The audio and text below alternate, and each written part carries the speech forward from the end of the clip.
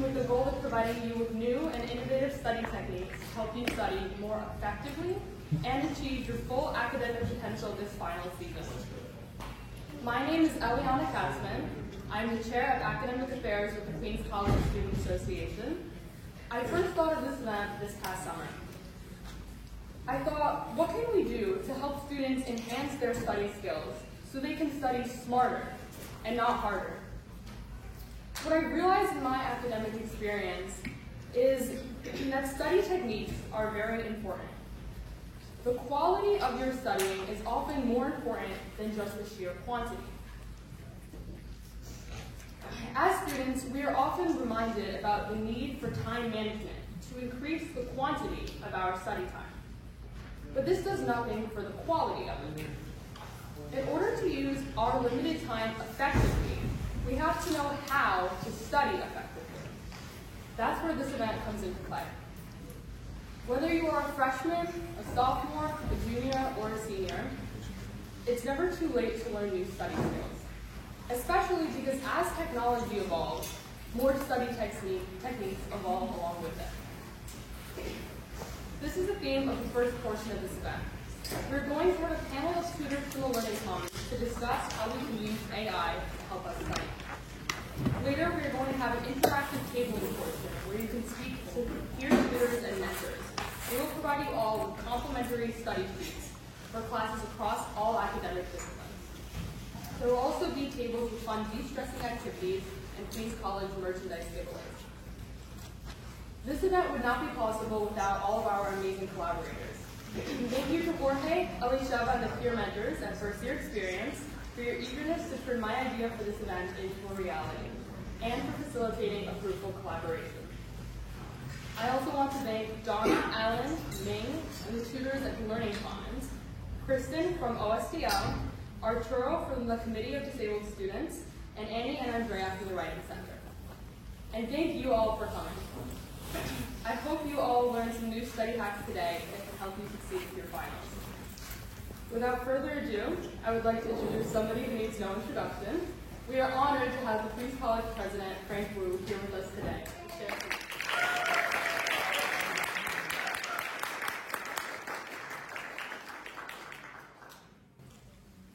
Good afternoon. How's everyone today? All right, it's kind of a little bit cold, but that's good, right? Actually, there's studies that show it's a little bit colder, your brain functions better, so this will help you. I'm going to be brief. I'm just going to talk about three things, just personal tips that I have to offer you as you think about the finals period, exams, the papers you have to write, and everything else that is stressful in life. So, number one, I'm going to talk about the importance of adaptation. Number two, the importance of anxiety. And number three, the importance of perseverance. So those will be my tips. Now, let me start, though, by thanking everyone who put this together. That's Eliana, Elisheva, and Jorge, who you've already heard mentioned. Arturo Soto, who's at the back, with the Committee for Disabled Students. And of course, Donna Smith and Alan Edmond of the Learning Commons. A big round of applause for everyone. Let me start by talking about adaptation. I hope that whatever year you are, whatever your passion, you will think when you're here of being a double major, or having a major and a minor, of having more than one skill set, more than one study technique, more than one place that you study. It's important in life to be good at more than one thing, because if you're good at only one thing, the day will come, because of technology or whatever else, you become obsolete. Even if you're the world's best engineer, that's what my father did, and you work on internal combustion engines, the day will come when everyone is driving battery-powered cars, and there aren't internal combustion engines. We can see that in the foreseeable future. And even those who work on batteries, the day will come when we have hydrogen cell vehicles and eventually flying cars or whatever else, and we won't be relying on lithium-ion batteries either. If you're a baseball fan, as I am, think about the great players of the past, the Mets. You know, in the 1970s, there was a fellow named Dave Kingman. If You're not old enough to remember him. Your parents probably saw him play at the old stadium. He was a slugger. He was a long ball hitter, led the National League in home runs year after year. He retired, and when it came time for the voting on the Baseball Hall of Fame up in Cooperstown, he didn't get enough votes. And if you try a number of years and don't get enough votes, you're ineligible forever. You know why he didn't get enough votes? Because he was good at only one thing. Now, he was a pro baseball player, which is much more than I can say, so I admire that. But all he did was hit home runs. And he was bad at everything else. He struck out a lot, he wasn't great as a fielder, and so on and so forth. Compare that to the greatest of all time, Shohei Ohtani. He's playing for the Los Angeles Dodgers, but nobody's perfect. You know why he's considered the greatest of all time? Because he does two things. And not since Babe Ruth has anyone done as a professional baseball player what Ohtani is doing, which is pitch at a superstar level and hit at a superstar level. He's a pretty good fielder as well. He's a complete package. That's what I hope you will do. And when it comes to finals, that means mixing it up a little bit. Don't study just one way. Don't study in just one place, right? Mix it up a little bit, because that variety, that will give you versatility, and that's so important in life, to be able to adapt at more than one skill set. Second, do we have any psychology majors here? Psychology? All right, you may have studied the Dunning-Kruger effect. Does that mean anything to the psychology majors?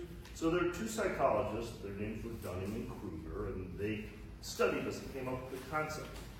It can be explained really simply. If you ever go and watch a baseball game or a ballet, it applies to any activity, any human activity. Or you're just watching television or a movie and you see actors and you think, I could do that. That looks easy. What you're demonstrating is the Dunning-Kruger effect, which is that incompetence doesn't know itself. It's overconfidence, right?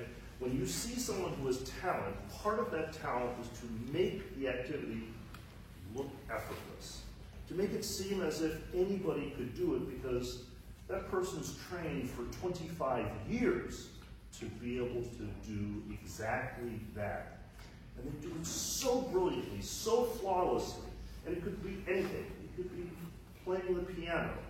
It could be playing cricket in Flushing Meadows. Whatever it is, because they have skill, it doesn't look like they have skill. Now, what does that have to do with you in finals? There are studies that suggest that a little bit of anxiety is not bad.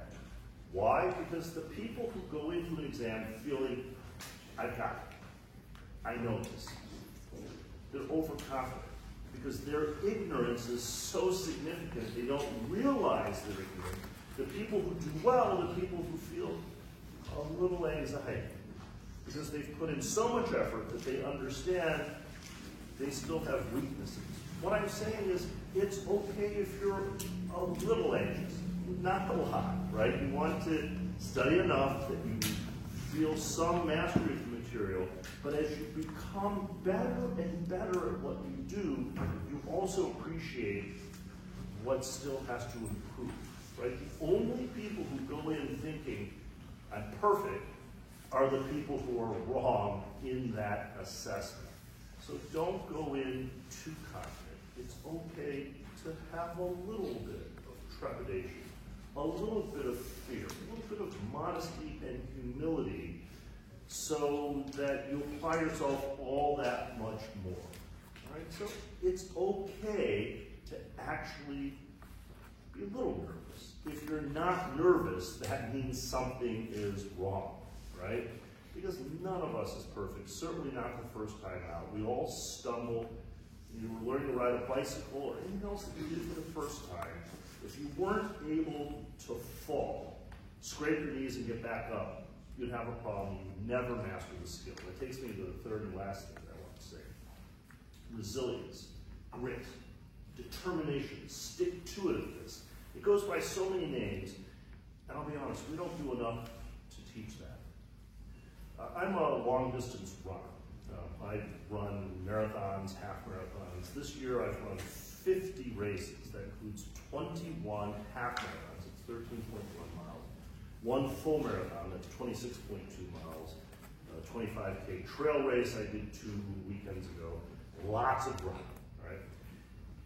When I got started, I thought 13.1 miles, that's a half marathon. Who does that? That's crazy. That's impossible. And I finished, and I couldn't walk for a couple of days, but I was hooked. And I've now run 250 half marathons.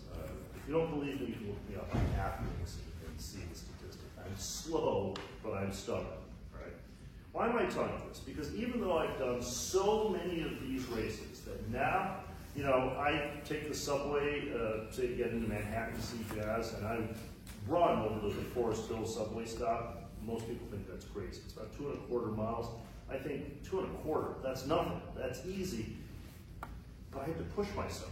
Because when I first started, I didn't enjoy this. I didn't see people run long distances. But now, it's the best part of my day to be able to run like that. But even so, when I did this marathon, and believe me, it took me more than 5 hours. I was one of the last finishers. But I did 26.2 miles. And by mile 16 or 17, I was really dragging. It was hot, it was hilly. This was out in Kansas City, which I thought was perfectly flat. It turns out, no, they're hills. So, you know, that's even harder than when you're running that distance. So around mile 16 or 17, I thought, I need a break. I can't stop, because if you stop in a marathon, you're never going to get started again. So I took out my phone, and I watched highlights from John Wick. Thank you, John Wick fans. So on YouTube, you can watch all the best scenes. And for about the next mile and a half, it was flat and straight. So I was running and holding my phone, just watching John Wick reload his car. And that inspired me. So I needed a little bit of help. But I had the resilience, and I could keep going. And in part, this is my bonus tip, it's because I was out there running with my nephew. Okay? And he finished earlier than me. In other words, he beat me, and it is a race. But that inspired me, because I was part of a little team. We also had a friend of ours who ran the 10K distance. And it's important to have a team. Nobody does this by themselves. Sitting here with you, even if you came by yourself, sitting here with you are your fellow students. Somebody here is in your major, is in the class that you're the most nervous about. Find that person. Find the others who, like you, are serious enough to come to this event, who care about improving their lot in life, and who know that higher education is the engine of the American dream. Partner with that person. Maybe they're a stranger at first, but they will become a lifelong friend. Nobody does this by themselves. So those are my suggestions. Have more than one skill set. Be a little nervous. Be persistent. And have a team. You're all going to do great. I know that because you're Queens College students. I'll end just by saying, before I came here, I just had brunch with one of our graduates. He finished 50 years ago. He came to the United States from the Middle East. He and his brother, both. And they were penniless. They had nothing. To put himself through school here, he was just like you. They rented a place on Queens Boulevard, he and his brother. He worked as a waiter. There's a fast food chain, it's gone, but maybe some of you are just old enough to remember Howard Johnson. Do you remember Howard Johnson? So he was a waiter there and put himself through school. This fellow now is one of the wealthiest individuals in England. That's where he moved afterward. He's an art collector, and he came to revisit his alma mater because he wanted to see where it had all started. And he went from having nothing to having everything. He's thinking about donating a huge collection of art to our Godwin Fernbeck Museum, and he attributes his success to having been a student here. He did it. You can do it. I have confidence in you. Good luck.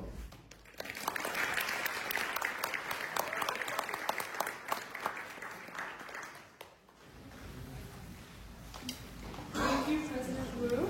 I would now like to segue over into the AI portion of our event, where we're going to talk about how you can use artificial intelligence to help you study. I'm going to hand it over to me from the Learning Commons.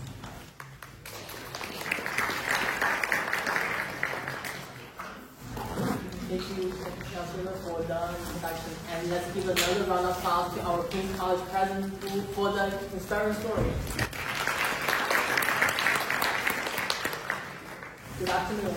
My name is Ling from the UC Learning Commons. Today we have 3 inspiring tutors from a variety of majors and subjects here to share their stories and their study hacks about using artificial intelligence on your finals. Without further ado, I would like to quickly introduce UC Learning Commons, which features peer tutoring services. We're located at Kylie Hall 131 and 144.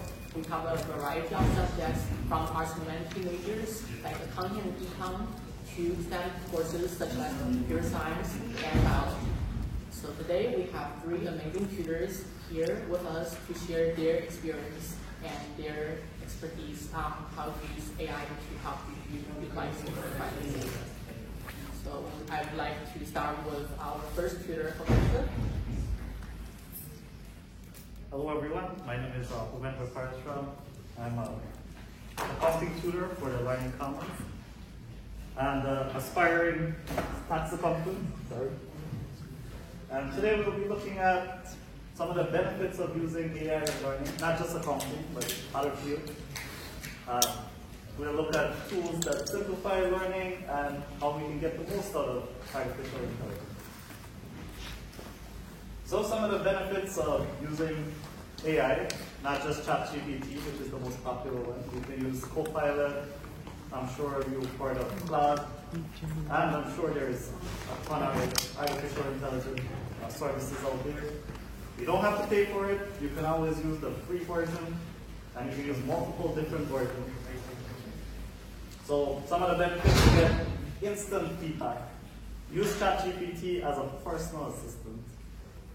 You get to practice your problems, and you get to access data that you might not find on your own, just taking hours to search the internet, like back to 100 years ago.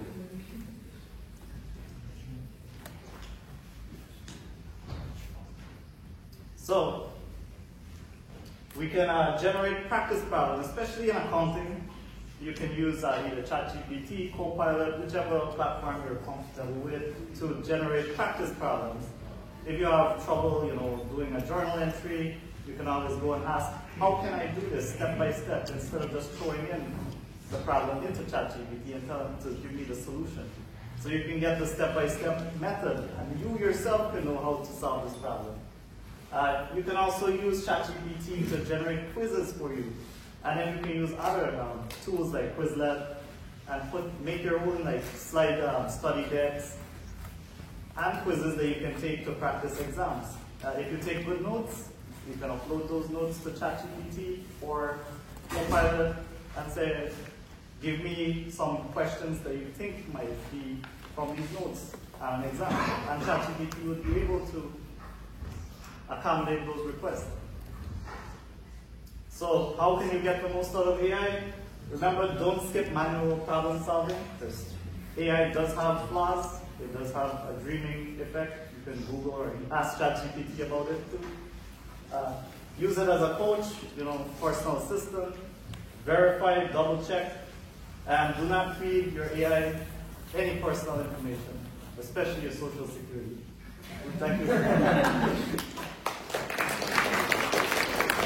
Thank you all, thank you Ming and the people from the Learning Commons for putting this together. Thank you very much, Bhuvendra, for your expertise using AI and the expertise on how to use AI to study for our finals for accounting majors. Our next tutor, Lauren, being a computer science background, will be sharing her experience and her advice on how to use AI to study for finals.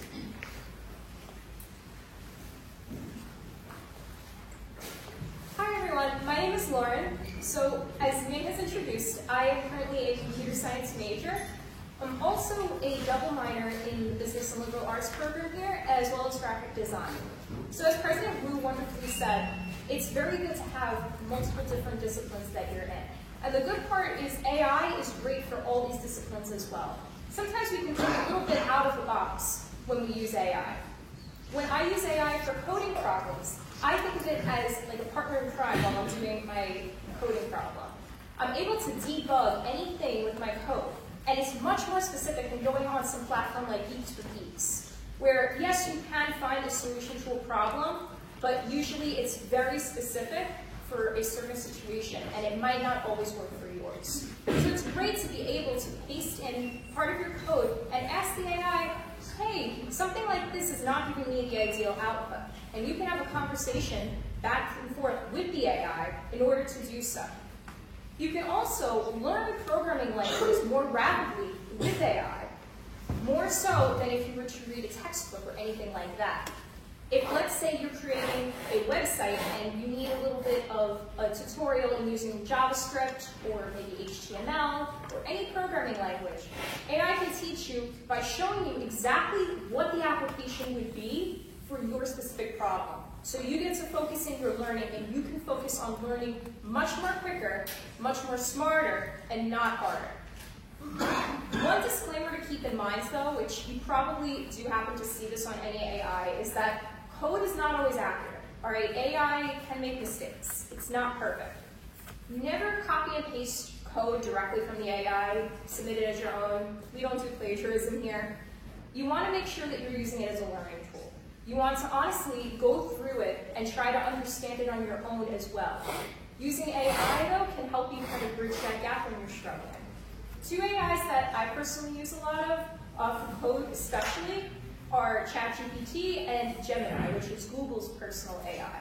Now there's many other options too, and sometimes it's good to get more opinions from it because each of these use their own programming model, so you can always use one, the other, or even both to check your work a few times. Now also, AI is great for exams and essays, for courses in the humanities, such as the business courses that I take. For essays, again, we don't want to plagiarize or have the AI write things that aren't our own, but you can absolutely leverage it to help you plan out your points and outline your paper. Maybe you're struggling with figuring out how to actually lay out the points of your paper. AI can help you structure it in a way that makes it more understandable. AI can also be your personal tutor. As Savindra was saying before, it can help you reinforce topics. You can ask specific questions to help deepen your understanding. Maybe your professor doesn't go deep enough about a certain topic and you don't understand something. Well, you can absolutely ask AI what exactly you're not understanding. If you're worried about asking a stupid question in class, ask AI. It's a generative programming model. It's not going to judge you. It's good to ask questions, so it takes away the pressure of that. Also, as Savindra said, that you can create sample exams based on your notes. If your professor only gives you a few exam questions and you still don't feel as prepared, put those in as a resource to the AI and ask it, hey, can you give similar questions to this? It will give you questions in the same format, but if it's like math, different numbers, or like a different situation. So you could practice the same application, but with different examples. And my personal favorite, I don't know about you, but I don't have enough time to do a ton of reading. You have a ton of reading to do, you can summarize it into key points to understand the material a lot easier. I had this one class where the professor gave us about like 20 PowerPoints to go through, and a bunch of other resources, and I only had a weekend to go through it. So I used this really great AI called Notedly AI. I was able to copy and paste or upload a PDF of anything into this, and I was able to get a summary of all of the important information. It saved me so much time. I was able to make it through all of the notes in, honestly, a day, which I was worried I was going to have to pull an all-nighter. So with this, you're able to study so much smarter and less harder. And Notedly AI does have a free trial, by the way, so you can use it for free. There are more premium features, but it's great even if you don't want to pay extra for it. And MindGrasp is another AI that works very similarly as well, and I would recommend that as well. That actually functions very similarly to Quizlet in the sense that it will actually create study questions, flashcards, anything that you need based on that. Two very great AIs if you want to study for specific exams with AI. My last point is about using AI for creativity. As a graphic design minor, I have to also be able to come up with creative ideas on the fly. Sometimes I'm not able to think of things all on my own, or maybe I just need a colleague to bounce ideas off of. For project-based classes, you can actually use AI as a colleague and kind of talk through your vision with it. You can actually see on one of the pictures, it might be a bit small, but I was working on a web design project, and I was kind of drawing a blank on how I could improve it. So I took a screenshot of the website that I had, very base website, nothing crazy. And I was like, how can I make this a little bit more visually pleasing? And AI gave me a whole bunch of ideas that could possibly be implemented. I could easily ask it to go into more depth or help me figure out what code I would need to do in order to improve that. Also, AI can teach you specific softwares for your situation and how to use them. We all know going down that YouTube rabbit hole. Oh, I wonder, how can I improve this part of my project? Oh, I need to learn a whole other software? How am I going to do that? Well, now you don't need to watch a bunch of YouTube videos or go through a bunch of help forums or anything. You can ask AI to help you through it and find the exact way, the easiest way to get through your situation. So this definitely shortens the situation of having to go through and do a ton of research on how to even finish what your problem is. My last point is Photoshop, as well as other Adobe softwares, have generative AI and other kinds of features that can actually generate images. So let's say you're looking for like a background, or you're maybe hoping to crop out part of the picture. You can actually put that into the generative AI prompts, and it can create that for you. So even if you're not someone who can draw something out, that doesn't bar you from the creative world anymore. You can still do things like this. You could be part of graphic design if you want to go into marketing or really any field, because all fields use creativity in some way. If you can think it, AI can help you do it. And by using AI as like a partner and colleague in all disciplines, you're able to use it in so many different fields. And it's really able to superpower your studying, your projects, your code, everything. Best of luck on all of your studying for finals. I hope that these hacks were able to help you out a bit, and hope that everything goes well for you. Thank you so much.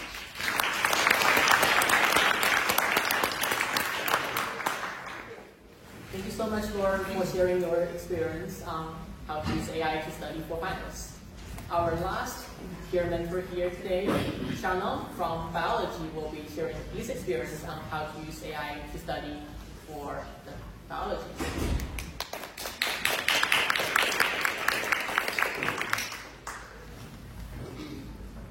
Hello everyone, my name is Shannon. I'm a neuroscience and psychology major, and I'm also a biology tutor at the Learning Commons. So, when it comes to biology, most students at Tutor, their main struggle isn't with the information itself, it's about the sheer amount of information they have to deal with, whether it's 105, 106, cell bio, or even anatomy and physiology. It's multiple chapters, hundreds of slides, so their main struggle is how they manage to study for all of these chapters, all these slides, for one exam. So ChatGPT AI can help really condense all this information. So one of them is you can upload your PowerPoint slides, other learning materials. This can help generate sample exams, or you could also generate summaries of each chapter to find out what the main topics are for each chapter. That way 100 slides can get condensed to maybe 20 or even 30 slides. And it really helps you figure out what really to focus on, because obviously for an exam you're not focusing on all 400, etc. slides for all chapters, you're only focusing on a specific amount. Another one is you can access lots of additional resources. So ChatGPT could search for relevant sources, links, and images. For a lot of people, when it comes to memorization, they could be visual, auditory, etc. And ChatGPT can help figure out what's the best way for you to actually memorize the information. And so finding out what images help for whether it's a digestive system, different systems, anatomy and physiology, ChatGPT can find images to help you look at and then focus on how to memorize it. But obviously there is some, you have to make sure that those images are accurate to what the functions are and what it actually shows. So have some discrepancy when you do search up the images. You can also simplify complex topics. So ChatGPT can break down several difficult subjects into smaller, simple explanations. Like here it says, explain the concept like you would to a high school student.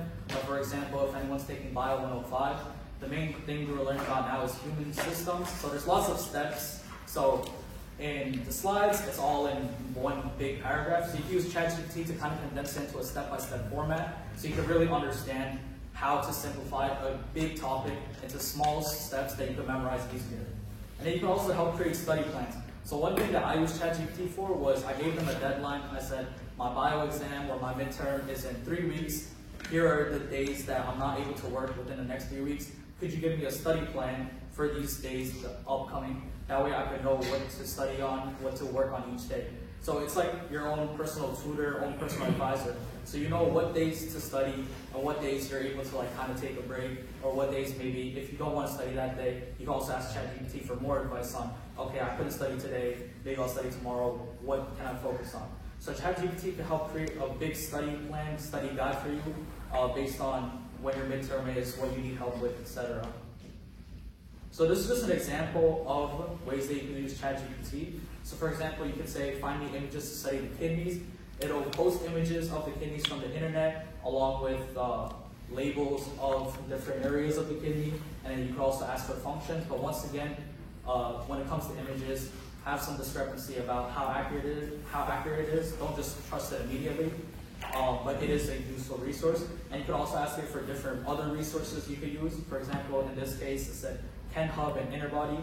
There are lots of other resources you can use to find out different body parts, different functions, etc. for biology. So you could ask ChatGPT to give you functions, give you different websites that will all help you study for your final. And yeah, that's it for me.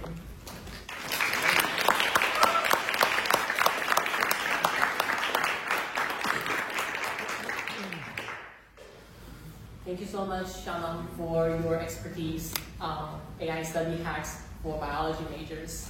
And thank you again for all the presenters for your amazing experience and expertise today sharing with the students. I would like to also extend our appreciation to our sponsors today, including the Learning Commons, First Year Experience, the Writing Center, the Office of Student Development and Leadership, Committee of Disabled Students, and the Student Association. So before I conclude, just want to have a little plug. The Learning Commons offers study space and tutoring at Kylie Hall 131 and 144. If you have any other questions, or if you'd like to get the free tutoring for your subjects, we're open Monday to Thursday, 9 a.m. to 5 p.m. at Kylie Hall 131 and 144. You can scan the QR code or go to the Queen's College website to book an appointment with them. With that, now I would like to transition into the Assistant Director, Jorge, from the First Year Experience to conclude the event.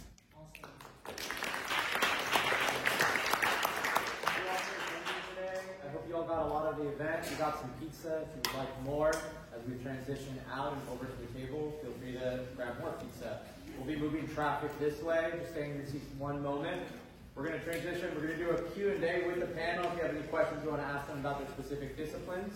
Otherwise, the way that we're going to move traffic is we're going to go one row at a time. So I will call rows up, and we'll go row by row. So please stay in your seats. There's enough free QC merch. We have